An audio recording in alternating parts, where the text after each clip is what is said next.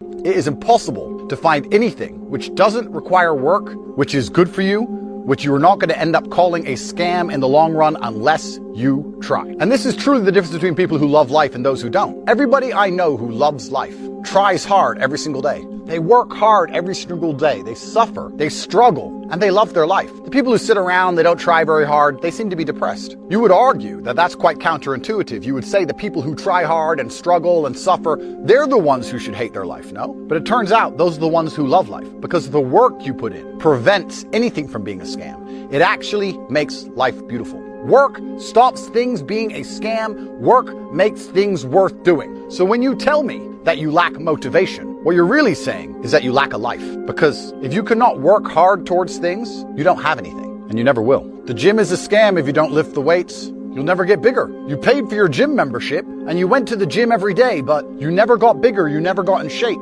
Did they scam you, or did you not lift the weights? Learning how to make money online is a scam. You could find a billionaire who's prepared to teach you how to make enough money to save your bloodline from eternal serfdom. But if you don't do the work which is required of you, you're going to end up calling it a scam. Love is a scam, unless you put in enough work into yourself so that she instinctively respects you, so she admires you, so she is attracted to you, so that you keep the flame of your mutual bond burning bright. Unless you put work into the love, you're going to break up and you're going to say, love isn't real, love is a scam. Everything is a scam if you do not try. Everything is a scam if you do not put in the work. Going to the gym, paying the membership, wearing the gym clothes and the sports shoes, and refusing to lift the weights will not change your life. Without work, nothing is real. There is no magic to life without work. I cannot think of anything on the planet which is good without you working for it. Anything that feels too easy, it just never seems to happen. The easy stuff never seems to happen. You can only really be successful or really make money the hard way. You see all these things online of these screenshots, these P&Ls, where people seem to just catch an easy lick. It's never easy. And I think one of the reasons I'm so good at dedicating myself and working hard and doing the right thing is because when I get an opportunity, I understand that even though it is very difficult, even though it is very hard, even though the chance seems slim, those are the ones that actually pay me in the end. Every time I've knuckled down and dedicated myself to something which was extremely difficult, I got paid. Every time I thought, this is easy, guaranteed, all the math adds up, no way this can go wrong, no work required, a little bit of money, a little bit of time, that's gonna pay me. Never does. Never does. It's like the universe, God, karma, whatever you want to call it, will only give you money the hard way. It'll only give you success the hard way. You can't get any of it the easy way. It just never seems to come like that. When you get a chance to do something, when you're offered the ability to work on something, and it feels hard or it feels difficult, you need to get very excited. You need to say, this feels difficult. This feels hard. I'm struggling to stay motivated. I'm struggling to be disciplined. That means it's going to work. Every time I get a chance to do something, and when I engage, it feels difficult or tiring or tiresome, I get excited because then it's going to work. Every time I get a chance to do something and I try and do it and it feels easy, I'm like, nah, this is never going to pay me. It just never has. You should be very excited by the things which feel like a slow grind, which feel like they are boring, which feel like it's hard to pay attention to them, which feels like they're never going to work, which feel like they're saturated. All these things are what you should get excited about. Because I promise you, if you dedicate yourself 100%, those are the ones that work. So when I say people are lazy, they go, I'm not lazy, I work hard every day. You work 8 hours a day? You work eight? The fuck? If I'm awake, I'm working. I'll be driving my Bugatti Chiron through Dubai, working. I'm texting at the same fucking time. I don't take a second off. I don't take a minute off. I don't relax. I don't rest. I don't stop. I don't chill. None. Ever. I'm either asleep or at work. That's it. Second I wake up, I check my phone, I begin working. I go to the gym, in between sets I am working. I'm online working the entire fucking day until the second I go to sleep, I am at work. That is all I do. And you are at home competing against me, and you want to watch a movie tonight and then say you're not lazy. You're fucking lazy and you're gonna lose forever. That's laziness. Next is stupid. I don't think many people are actually too stupid to be rich. You can be below average IQ and still get very rich. A very small percentage of people are too dumb to be rich. The slave minds, they'll never be rich because the matrix tries to keep you poor, because when you're poor, you can't think. They want you broke and struggling. So anyone who believes in the matrix and believes in media and believes in the lies they're told, anyone who sits there and goes, that's true, It's literally designed to make you broke. That's why it's all a scam. Do your GCSEs, do your A-levels, get in debt, go to uni, get out, get a shit job, get a mortgage. Don't worry, when you've paid that mortgage off when you're 61, then you'll have enough money to go to Spain for holiday. And then you wake up one day and go, whoa, I just got fucked. So the whole scam, the whole story is a lie because they want you broke. They don't want you rich. If you're rich, you won't listen to them. So all of it's a fucking lie. You're as competent as possible if you believe you can affect absolutely everything about your life.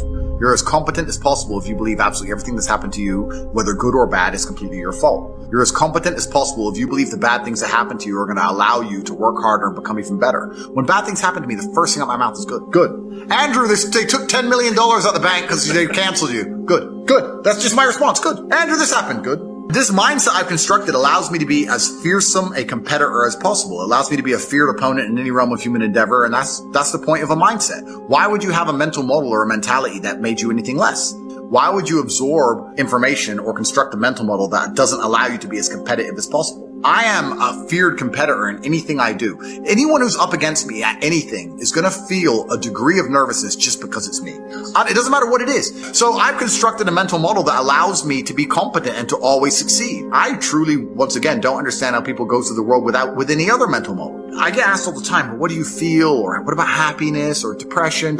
How I feel doesn't cross my mind. I don't know how else to explain it. There are days where I'm pissed off or sad or happy. It doesn't cross my mind. It's just like I woke up, whatever mood I happen to be in, I have things I need to do. It's a busy day. Zuby's here soon. I need to go training before he gets here. I had a meeting with the bank at 7:15 a.m. I have shit to do. Like, I didn't cross my mind if I was happy, sad, excited. I just had to work. If someone were to say to me and say, how can you tell someone's going to be successful? I wouldn't say highest IQ. And we've already proved this with studies, right? The highest IQ has nothing to do with how successful you are. It doesn't. I would say the number one thing that will tell me how successful a person will be, especially as a man, is their stress tolerance.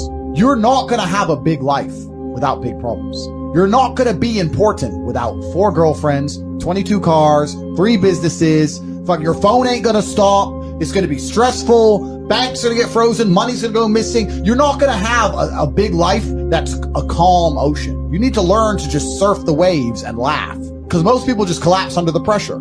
Stress tolerance is a massive indicator of how successful you're going to be. And no matter what happens in my life now, I can sit there and go, well, at least I'm not about to get in the cage and deal with that guy, you know? And you need to have, at least I can eat. We've all been through stages where we can't eat. So stress tolerance is something that can be learned. It's a muscle. It's a muscle. When you're young, go out there and get stressed, get upset, have those sleepless nights. You should, at 17, 18, you should be panicking. And that's going to give you a stress tolerance level that allows you to grow into an adult, which can handle a big life. You're not going to have a big life. You're not going to be here like all 4 of us are, living the life like we're living, rolling around Europe in supercars with unlimited finance, and have that big life and think that you're not going to have any kind of stress or problems to get there and maintain it. That's not real. So I think my mental model, to a degree, I'm certainly not a person who doesn't feel emotions, because we're all human. I certainly do. But I've never prioritized them in any regard. I haven't built a mental model that affects, I haven't put them in the middle of my mental model and then affected my actions based on how I feel for each one. It's absolutely and completely the opposite. I would love to do a podcast on a day where I'm particularly sad and a podcast on a day where I'm particularly happy. And I guarantee you wouldn't be able to tell the fucking difference. That's what allows me to be competitive, right? Because if you're competitive, if you want to be the most competitive predator on the planet, you have to be able to hunt in the day and the night. You have to be able to do both. You have to be able to perform when you're happy and sad. You can't only be able to perform when you're happy. You can't only go to the gym when you're motivated. You can't only be a competent person when your life's going well, because when your life's not going well, you're no longer competent. Then you're going to lose to people like me. And it's player versus player. If you're the kind of person who can only do well when you're happy and you're competing against someone like me who can do well all the fucking time, guess what? You lose. It's why I say depression isn't real.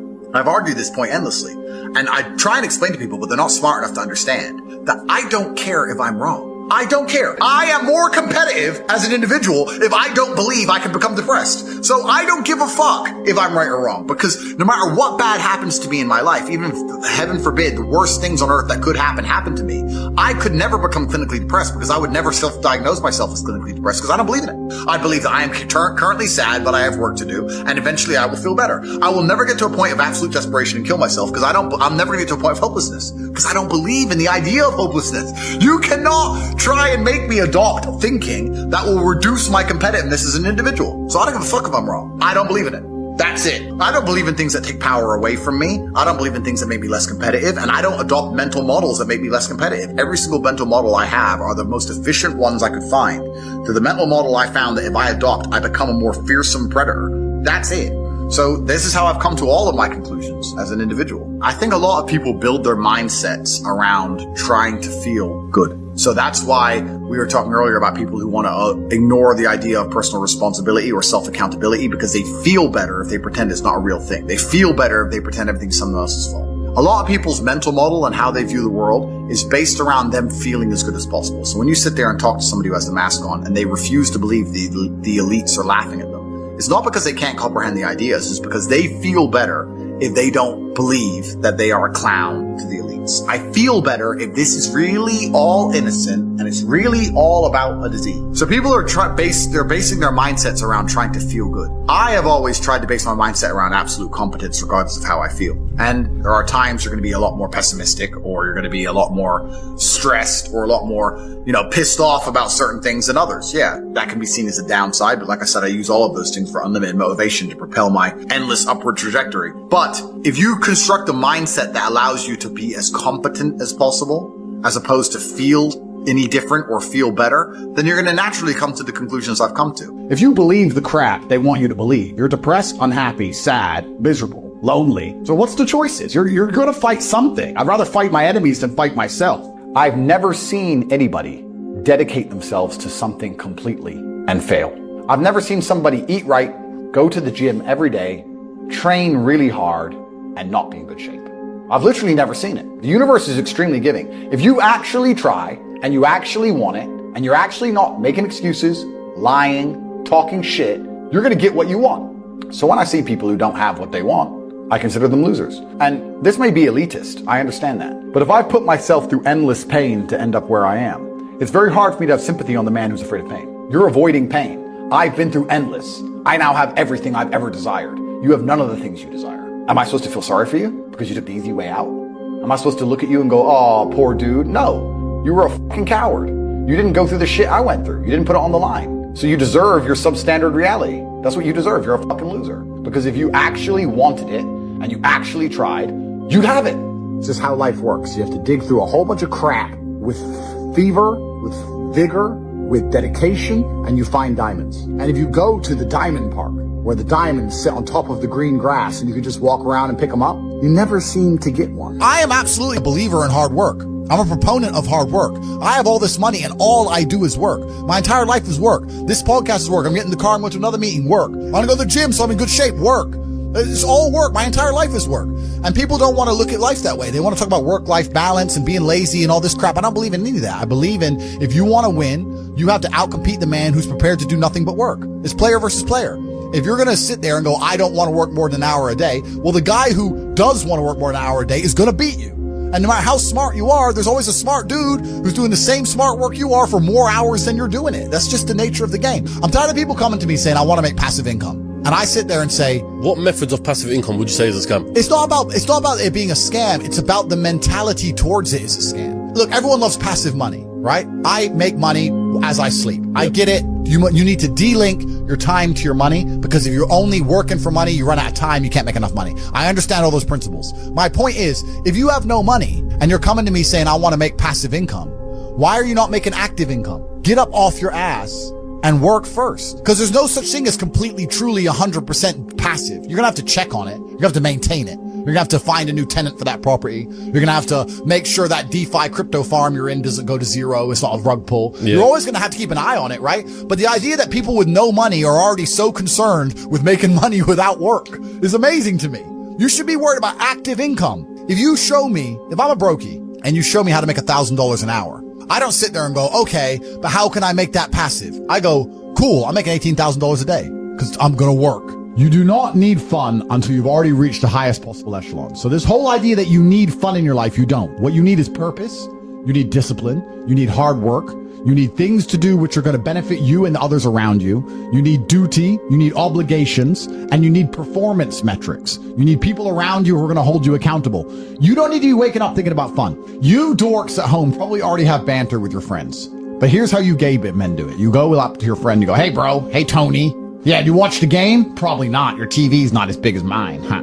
Because you're just a bunch of homos. No, you need to meet your friends and you need to have banter and competition around things that matter. Who's got the most money? Who's worked hardest? Who's discovered XYZ? Crypto, stock, new way of generating income? Who's trained that day? Who has the most children? Put some actual competitions together that matter and start competing and being around people, because you are the sum of the 5 people you spend the most time with. Everybody knows this. So why don't you get some genuine metrics that will improve your life? You won't have time to stand around cooking meals if you're friends with somebody who works out for 3 hours a day, for example, because you're going to need to find 3 hours a day to train to beat him, which means you're going to have to just eat that rotisserie chicken as you do squats like a man should, or drink your fire blood. And there, you have everything you need. Fire blood, rotisserie chicken, bam, done. You don't have time for this cooking, it's gay. Live with men you're in competition with. This is ultra important because you can measure yourself against your circle. If Tristan comes downstairs and says, I've done 1,000 push-ups, I will do anything it takes to do 1,001 just to annoy him, because I know that he then has to do 1,002. And pissing him off is worth it. It's always worth it. And that's why you need to have that kind of competition. Now, you and your dickhead friends sit around and laugh and have competition about, I don't know, sports teams or Drake or I don't know what the fuck you people are doing. Bunch of losers. Get your act together. Get some genuine metrics, things that matter. And once they're all put together, you're going to live in a naturally competitive environment, which is going to increase your testosterone level. It's going to prevent you from doing a lot of dumb shit. You're obsessed with this idea of fun. Hey, what are we going to do this weekend? We need to have some fun. Do you? Do you need fun? Do you deserve it? Really? Have you actually gone out there in the universe and made a mark large enough that you're allowed some time off to have some fun? You don't deserve any fun. You don't need any fucking fun. You have work to do. Your obsession with fun is holding you back. And the things you do will never even be fun. These things you think are fun aren't fun. And you could dive down further and extrapolate on that idea even more, that the things you think I'm boring for are so much more fun than the fun that you think you have. The things me and Andrew have done in our lives, checking your bank balance in your house, not going out, you're not in a club, and seeing $20 million liquid is very fun. That's right. Much more fun than anything you could possibly ever do. So, although it wasn't fun to sit around and accumulate that kind of wealth, it's the funnest thing in the universe, in a way. For a man, your contentment will come from your purpose, and it will come from your competence, and it will come from succeeding objectives. It will come from completing difficult things that other people cannot complete. It will never come from the easily accessible hedonism, which you have confused for fun. If everybody can do it, you shouldn't want to do it. If everybody can go to that concert, you shouldn't want to go. If everybody can go to that club, you shouldn't want to go. If everyone can fuck that chick, you shouldn't want to fuck her. If everybody can go and drink alcohol in this stupid fucking field or whatever else, you shouldn't want to do it. You should only want to do things others can't do. The only fun I have is doing things I know you're not allowed to do. Putting my Bugatti on an A380 and flying it around the world to a racetrack, which I've rented out for only me and only my friends to race around cars. You can't do that. I can. That is fun. But if you say to me, Andrew, come to this party, and I say, well, who's there? Everyone. Oh, everyone's there. Does that mean I need to go? Right? It's the event of the century. Ooh, everyone's there. If everyone's there, it's trash, because most people are trash. So you need to sit there and go, all right, I'm being asked to do something fun. Who else can do this? And if the answer is everybody, stop. Happiness is a lot like the castles and fairy tales that we used to read as children, in the way that they're all guarded by dragons. You gotta get through the dragon to reach that fucking castle. I'm telling you. If every man on earth walked around with a sword, then when the females who have been emotionally manipulated try and manipulate the men won't listen. That will make the female have more respect for the man. The frame will change. The female's mind will start to naturally align with the worldview of the male. And most of the issues of the world, when it comes to liberalism or any of this crazy shit, you can name anything, would basically go away. We can fix this. It can all be fixed. You just need to carry a sword around your house. That's all you gotta do. And then all the emotional ploys, it won't work. You're a full-grown man, you're sitting there, you're watching the news. They're saying something, whatever they're saying. It's good that you don't eat meat, climate change, da-da-da-da-da, and you're sitting there with a sword. That's what I do. Climate change, fuck off. Tell me what to do? I eat what I fucking want, I got a sword. You ain't telling me what to do. You sit there without a sword. This is you. No cigar, no sword, nothing. Is that you? That life you live? That's who you want to be as a man. Please understand that the propaganda machine uses emotional manipulation because females are susceptible to it. And they've then weakened males on purpose. They've weakened you so that when the female gives her opinions, which are not original, they're not well thought through, they're not perspicaciously derived. No, they were told to her by a manipulative machine, which is interested in creating slaves. And when she repeats those opinions to you, you sit there and go, yeah, okay. The reason most of your lives suck is because you don't take the brave choice. Taking the brave choice allows you to basically win all of the time because God loves the brave and the courageous. The reason your lives are shit is because you've been cowards all of the time. I can't become a depressed person because I don't believe in the idea or the mental model of depression. Believing in it gives it power. And I refuse to believe in things that take away power from me. And anybody who sits at home and argues with me that depression is real, why would I adopt your thinking if it makes me less powerful? Why would I adopt your thinking if it makes me less capable of dealing with difficult scenarios? This isn't even about being correct anymore. This is about adopting a mental model which makes me as competitive as possible. If me believing depression is real will put me in a position where I believe I'm a depressed person and I might want to kill myself, why would I believe in it? That sounds terrible. It sounds like setting myself on fire. I refuse. Depression is not real, so I cannot become depressed. That is what I believe, and you cannot change my mind because changing my mind will make me weaker. And why would I adopt the thinking or the mental model of somebody weaker than me? I don't believe in depression. That's the bottom line of it. So it's not real. People argue with me and they come at me with these matrix statistics. The study says, but I don't believe in studies. I don't believe in studies. You can come at me with a million studies about depression. I don't believe that depression is an illness you catch from the sky and your brain is chemically imbalanced. Mental illness is real. PTSD is real. But that's based on an event. Something has happened. I believe in general, most of these depressed people is massively overdiagnosed. They need to take some agency and responsibility for their own lives. And I believe if they stop believing in this cure-all excuse of depression and instead start believing in working hard and becoming the kind of person they know they could be, they'll feel a lot better. The number of people who have said the gym has cured my depression. Yeah. Then how is it a mental illness? If the gym cured your depression, how is it an imbalance of chemicals in your brain if going to the gym and dedicating yourself and working hard cured it? Explain that to me. It doesn't even make sense. It's, you know what it is? What did we say earlier about the Matrix trying to push all ideas that promote selfishness? What is depression besides ultimate selfishness? Depression isn't real. And if you're depressed and you want to argue with me and prove to me that it is real, you're going to start sending me long emails about how sad you are. And I would never adopt the thinking of somebody who is sad. So all you're doing is convincing me even further to ignore every word you say. And you can sit in your room crying your eyes out like a depressed little girl, and I will continue to live a fantastic life. Because I'll tell you something, most depressed people don't understand. Nobody gives a fuck. We all have our own problems. We all have our own issues. Nobody cares. You think being depressed and you can walk around and tell everyone, I'm depressed, I'm sad, and people are going to care. Nobody cares. They might pretend to care for a few seconds if they're a particularly nice person. But in general, nobody cares about you or your life besides you. And if you're not going to get up and work hard and go and try and get a Ferrari yourself, nobody's getting up every day and going to work every day to try and buy a Ferrari to give it to you. Nobody. So you either get up and do it, or you sit there and perpetually fail and stay a loser. And if you want to send me long emails convincing me why it's okay for you to be a loser because you have something called depression, I will ignore you and continue to be fantastic. So you can stay there and fail. I don't care. I don't care. The most you can hope for, sending me a long email trying to convince me depression is real, is that my brother and I laugh at you. That is the best that can happen. Look at this idiot. Look how hard they're trying to convince me that it's okay to be a sad failure. That's the best you can hope for. I'm going to stay fantastically happy and fantastically successful irregardless. Depression isn't real. Take me to jail. I don't care. It's not real. I refuse to adopt it. Put me back in the dungeon. I will never be depressed. I will sit there happier than these people on the outside. I refuse absolutely. It's a difficult world for most men. My personal situation is I wasn't born as somebody. I think I was acutely aware of all of this at a young age. Like, I knew I needed to become successful and become a kickboxer and get money. And I knew all of these things from a very young age. And I remember being 17, 18, seeing a Ferrari on the street and being like, fuck, I need to get one of them. I just kind of knew inside. I knew it and it's worked out for me. That's all great. But now I use hypergamia against women completely because I know that they'd rather share an alpha than have 100% of a beta. I know that even though they may sleep with me and then cry their eyes out the next day because I'm with some other girl, but I know they're not going to leave. Because I always had a higher purpose, and my higher purpose was fighting. If you always have a higher purpose, then a woman can never truly control you, and she can never truly destroy you, and your frame can't be broken. If I had to go train for a fight and the girl was complaining, well, then she could fuck off and leave.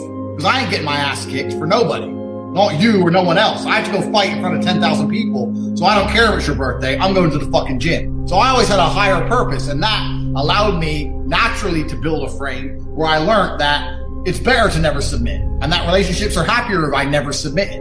And that if I was always just steadfast to who I was and being and doing what I wanted to do, that things worked out better in the end anyway. But I learned all that kind of on accident because I just refused to bend and obey to all the women I was with. I'd get a girlfriend and she'd be like, oh, you train 4 hours a day and it's my birthday. Or I used to go to the gym on Christmas. It's Christmas. I don't give a fuck. I'm busy. So I always kind of had that. So I kind of learned everything I knew by just being preoccupied with something completely separate. And it was something that took a lot of my time and 100% of my concentration. So that's kind of where I learned my frame. And now even when I stop fighting, my frame's the same. I believe the most miserable existence on earth is living a life pretending to be something you're not.